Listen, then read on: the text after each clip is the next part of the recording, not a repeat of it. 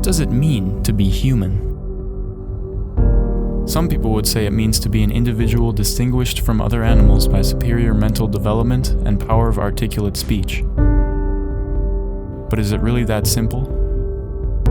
Dystopian novels serve as a great tool for answering these types of questions. Aldous Huxley's Brave New World and Ray Bradbury's Fahrenheit 451 are two novels that we are going to look at today. To answer this big question, we must look at 4 common themes that befall in each book.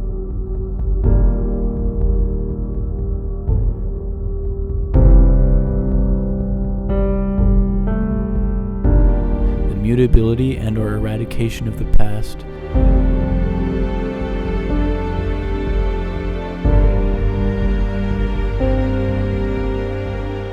the use of technology to suppress or oppress the populace,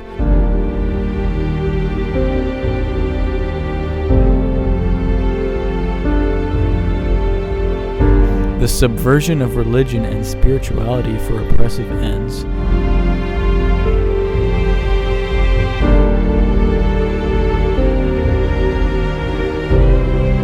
the dehumanization of the individual.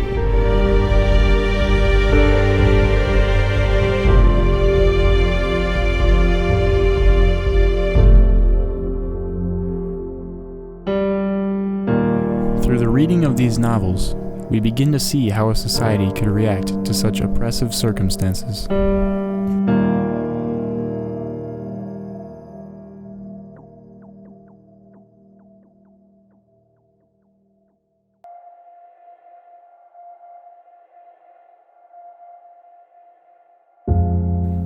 Fahrenheit 451 starts off with Guy Montag, the main character, walking down a sidewalk. He is returning from work. His occupation is a firefighter, but instead of putting out fires, firefighters in this version of a futuristic America start fires. The reason why the government has them do this is because if literature from the old world is found, the houses are burnt, hence the title Fahrenheit 451, the temperature at which paper burns. The houses themselves are fireproof, but the objects inside are not. The point being that the houses themselves won't burn, but everything else will, because there could be some books hidden somewhere. It also serves as a form of punishment for the people hiding the books. They witness all their belongings burn and are taken to jail. Also, the government doesn't have to waste materials building a new home for other new-coming residents who can live there. Anyways, Guy is walking down the sidewalk when he meets a 17-year-old girl named Clarice. Clarice opens Guy's eyes in a way. She shows him this world that he has been living and how boring and repetitive it is. Over the next few days, Guy grows fond of this girl and begins to talk to her almost every day. He also has some life-altering experiences in these days. He finds out that his wife, Mildred, had tried to kill herself by overdosing on sleeping pills. While at work, he also witnesses a woman burn herself with the book she has been hiding because she'd rather die than live in a world without books. Guy slowly starts to experience some dissatisfaction with the way he is living, and upon learning that Clarice has been hit by a car and killed, he searches for answers for his questions in books that he has uncovered from his work. Instead of going to work, he stays home and reads the books. This concerns his boss, Beatty, so he comes to Guy's house to see if everything is okay. He learns that Guy has stashed some books away and explains that all firefighters go through a phase like this, and that it is okay. But when he is done with the books, he must burn them. He then explains why the books were burned in the first place. However, Guy still wants answers, so instead of burning the books like he was told, he seeks out an old English professor who he had met a while back. When he finds Faber, the English professor, they talk about the past and then come up with an elaborate plan to overthrow the firefighters. Guy returns home and his wife Mildred has some friends over. Guy is so angry at the way they act and their obsession with the parlor wall, which is like a TV, and the war that is about to be declared, that he starts to scream poems at them. This chases the friends away and Mildred gets very mad. The next day he returns to work after 3 days of not being there. At the fire station, Guy and Beatty talk about books until the alarm rings. They rush to the truck and head down the road.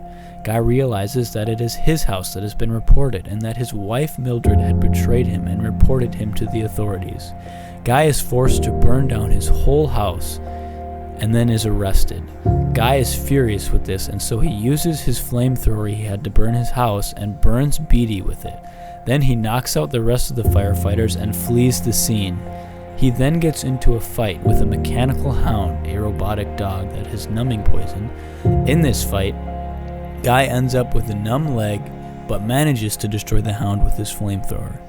Guy then retreats to Faber's house, where he learns that a new hound has been put on his trail. Faber leaves to find an old friend who is a retired printer, and Guy uses Faber's clothes to hide his scent and heads down to the river. Going to the river, he is chased by the authorities, news helicopters, and hounds. Guy manages to get to the river and float downstream to the country, where he meets a group that call themselves the Book People. They memorize books and teach them to other people. Suddenly, a plane comes and blows up the city where Guy used to live. The war had started, and the enemy had destroyed the city with a bomb. The book ends with Guy and the Book People going back to the ruins to look for survivors and hopefully rebuild civilization.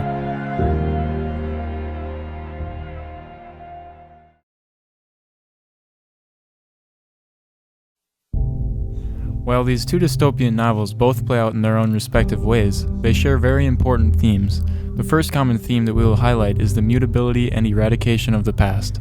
In Brave New World, young children are psychologically conditioned to not read books and disregard history other than the history of their deity-like figure, Henry Ford. The concept of not reading books, especially ones dealing with history, makes the brainwashing in Brave New World possible. The population does not know any better than what they are conditioned to. Fahrenheit 451 takes its own approach at eradicating the past. In this novel, books are literally against the law, and they are burned at all costs by the so-called firemen. The population can only hope to retain the past from the stories of their relatives that came before them. While achieving the same goal, Brave New World was able to eradicate the past with much less violence. Both novels use technology to oppress the population. In Brave New World, the technologies used are conditioning machines and Soma to keep people superficially happy all the time. The population is so addicted to Soma that they can be quelled by a simple Soma spray, as evident when John revolted against the world state with the Delta clones and got sprayed. An example of conditioning technology is the fact that Epsilons have no say in their position and the order in which they do things, yet they are happy. In Fahrenheit 451, the mechanical hounds inject numbing fluids into those who cannot follow the law. The television walls in every house oppress people because they do not appreciate or enjoy the natural world. The fact that people are so addicted to television leads them away from literature, and they are less curious about it.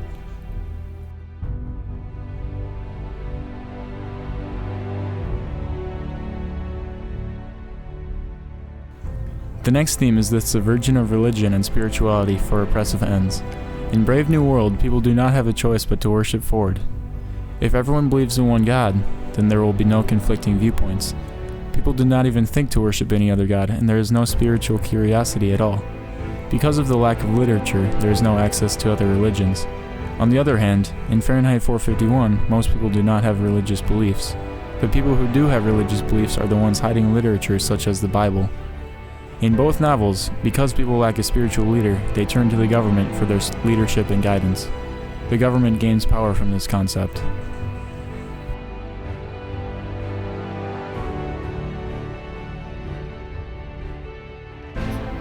The principal theme of these two novels is the dehumanization of the individual.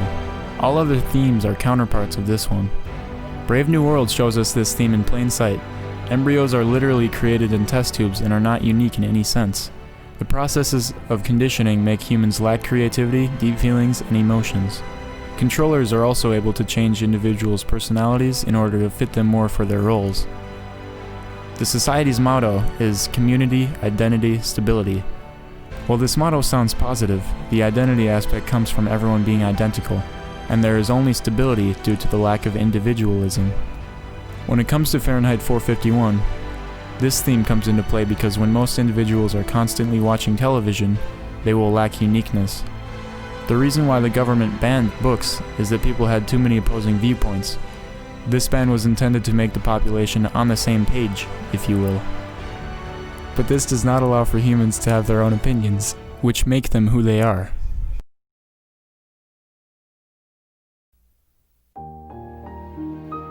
How do these books help us confront what it means to be human? Well, we get a glimpse of what a world would look like without certain characteristics that make us human. The fact that we know and have easy access to history, we can learn how things were and how things are and how things can be. We can reflect on the past and contemplate the future.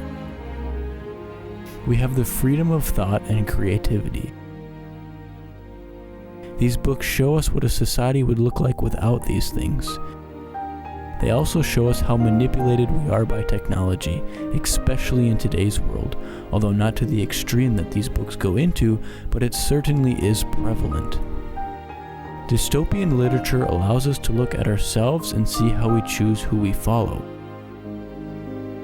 We have the freedom to choose our own leaders, whether that be a deity, governmental figure, or ourselves. Without these characteristics, we act more and more primitive and lose what it means to be human and turn into animals.